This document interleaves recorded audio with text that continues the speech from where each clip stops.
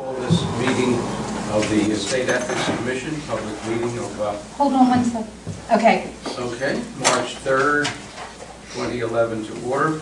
Pursuant to the requirements of the Sunshine Act, the holding of an executive session must be announced at a public meeting immediately prior to said executive session or at the next meeting thereafter. The executive quasi-judicial deliberation meeting was held on October 19, 2010. An executive meeting via telephone was held on December 15, 2010. And an executive meeting will be held immediately following this March 3rd, 2011 public meeting to review matters that are by statute confidential. Pursuant to the Public Official and Employee Ethics Law, the Act 170 of 1978 as amended by Act 9 of 1989 of June 26, 1989 as amended by Act 93 of 1998, the State Ethics Commission is specifically mandated to hold at least 2 public hearings each year, of which at least one shall be held in Harrisburg and at least one shall be held in a location other than Harrisburg to specifically seek input from persons and organizations who represent any individuals subject to the provisions of this Act and from other interested parties. We have placed on the agenda for today's meeting a notice that the Commission will be meeting today in part to receive input or testimony of the said individuals pursuant to the provisions of the law. As our previously published notice has indicated, the Commission will request copies of any statement that is to be presented. The individuals presenting statements before the Commission will be allocated 15 minutes in order to complete their statements. Statements shall be uninterrupted, except for such statements if they are interpreted or terminated by the presiding officer if it is determined that the statement is impertinent, scandalous, or otherwise improper. And with that, we'll go to the agenda, which has been published, submitted to all commissioners. The first thing on the agenda is the approval of that meeting, which was held on this October 19th, 2010. If you've had a chance to review them, I would ask you if there is a motion for approval of said minutes. So there is a motion and there is a second. Are there any questions, comments, corrections, amendments to those minutes? Hearing and seeing none, all in favor of the approval, kindly say aye. Aye. And that will be so marked.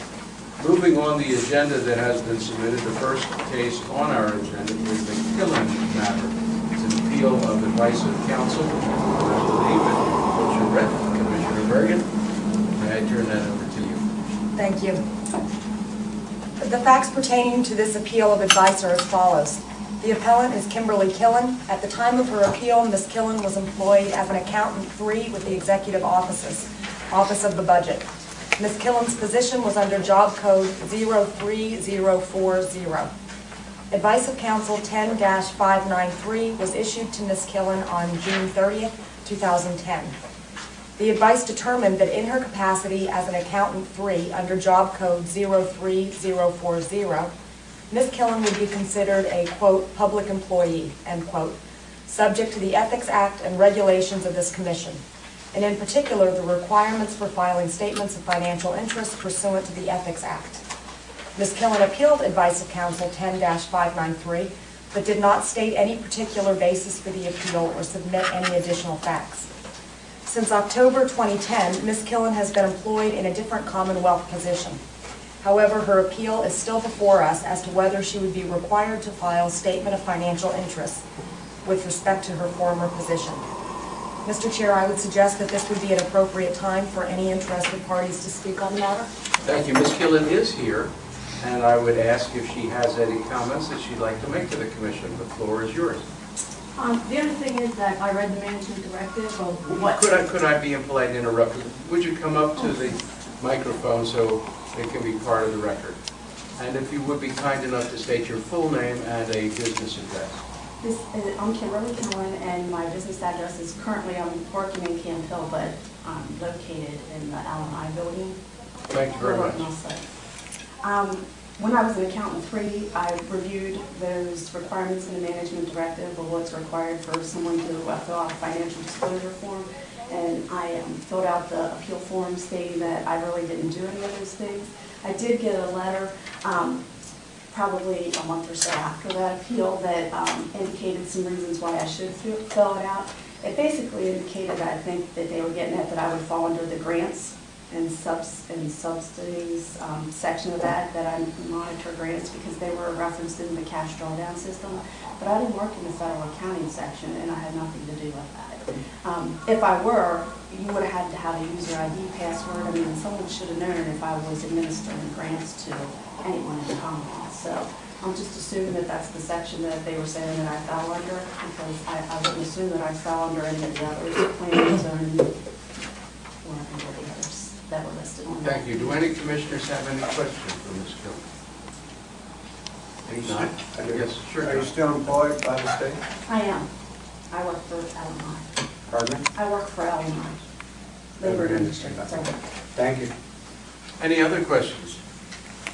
Commissioner Bergen? Ms. Owen?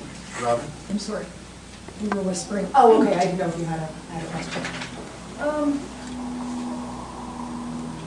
I don't think so. I mean, as the commission knows, what controls is the objective test, and this is a court-approved test. It really doesn't matter what the employee says they actually did. What matters is what the objective sources, the job description, the job classification specifications say that they have the authority to do, whether they do it or not.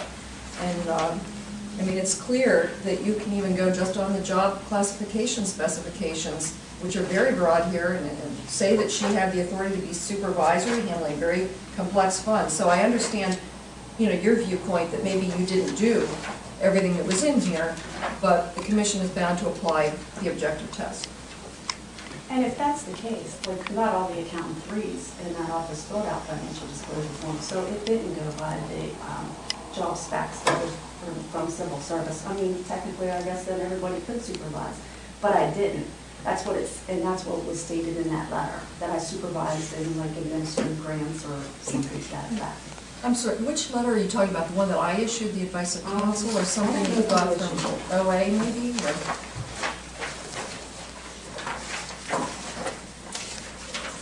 It's dated June 30th. And it was Robin, yes. That's my advice? Yeah, okay.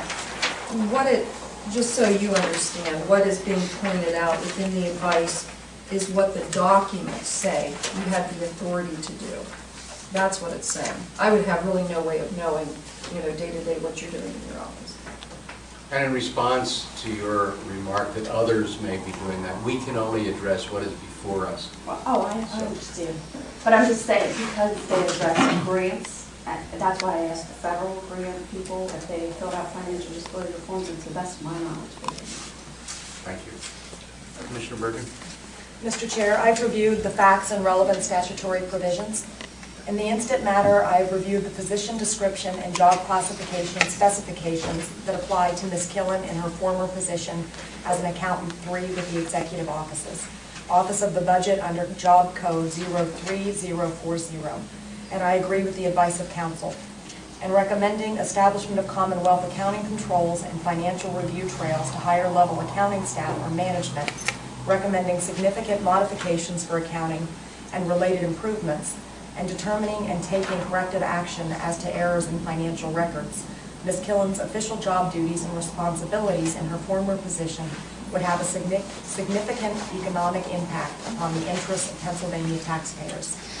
It is also my view that the additional 8 duties highlighted on page 5 of the advice further establish Ms. Killen's status as a public employee in her former capacity as an accountant 3 under Job Code 03040. Additionally, it is my belief that Ms. Killen's authority to monitor loans and repayment and perform the accounting operations for a complex program or fund or varied program or funds provides additional support for the conclusion that Ms. Killen was a public employee in her former position. Based upon an objective review of the official position description and job classification specifications, I believe that Ms. Killen's authority included responsibility for taking or recommending official action of a non-ministerial nature with regard to Category 5 of the Ethics Act's definition of public employee, pertaining to any other activity where the official action has an economic impact of greater than a de minimis nature on the interests of any person. Based upon my analysis and comments, I would like to make the following motion. I move that the holding of this commission in the matter be as follows. In her former capacity as an accountant 3 with the Executive Office's Office of the Budget under Job Code 03040, Ms. Killen would be considered a public employee subject to the nature of the subject to the Ethics Act and the regulations of the State Ethics Commission. And she would be required to file statements of financial interest pursuant to the Ethics Act. This appeal is denied. Advice of Counsel 10-593 is affirmed. And the motion is on the table. Is there a second to the motion? Second. And there is a second. The floor is open for any further questions from Ms. Killen, for any comments, concerns, questions from any commissioner. Hearing and seeing none, I'll ask for a vote. All those in favor of the motion as presented, kindly respond by saying aye. Aye. Are there any negative-minded? There being none, the motion is approved. Ms. Killen, that concludes the matter as far as we're concerned. If you have any further questions, certainly you're welcome to direct them to Ms. Hiddy, our legal counsel. Thank you very much. Number 3 on the agenda is the Gabriel matter, and I think the client and counsel are here as well. On this matter, Commissioner Volk, you have reviewed this for us, and in addition to which all commissioners have received and reviewed all the information on the matter. I have, Mr. Chairman, thank you. The facts pertaining to this appeal of advice are as follows. The appellant is J. Darren Gabriel, Esquire, a commissioner for South Fayette Township, located in Allegheny County, Pennsylvania, which I shall refer to as, quote, the township, end quote. Mr. Gabriel has appealed Hoy Advice of Counsel 10-624, which was issued to Township Manager Michael W. Hoy on behalf of Township Commissioner Susan B. Caffrey. The initial advisory request submitted by Mr. Hoy was expressly authorized by Ms. Caffrey and pertained to Ms. Caffrey's future conduct. Advice of Counsel 10-624 was issued to Mr. Hoy on behalf of Ms. Caffrey on November 15, 2010. By letter dated December 15, 2010, Mr. Gabriel appealed Advice of Counsel 10-624, stating that he was appealing insofar as he had standing to do so as a South Fayette Township Commissioner. Mr. Gabriel's appeal letter and its various attachments did not provide any facts or raise any arguments relative to his own conduct. On January 3, 2011, Ms. Caffrey filed with the Commission a motion to quash the appeal of Advice of Counsel 624. In her motion to quash, Ms. Caffrey avers in pertinent part 1 that Mr. Gabriel's appeal of Advice Counsel 10-624 was submitted to the Commission without consulting or obtaining the approval of Mr. Hoy or the Township Board of Commissioners. 2, that pursuant to the Commission's regulations, an Advice of Counsel may be appealed to the Commission by the requester or the subject of the request. And 3, that Mr. Gabriel is neither the requester nor the subject of Advice of Counsel 10-624.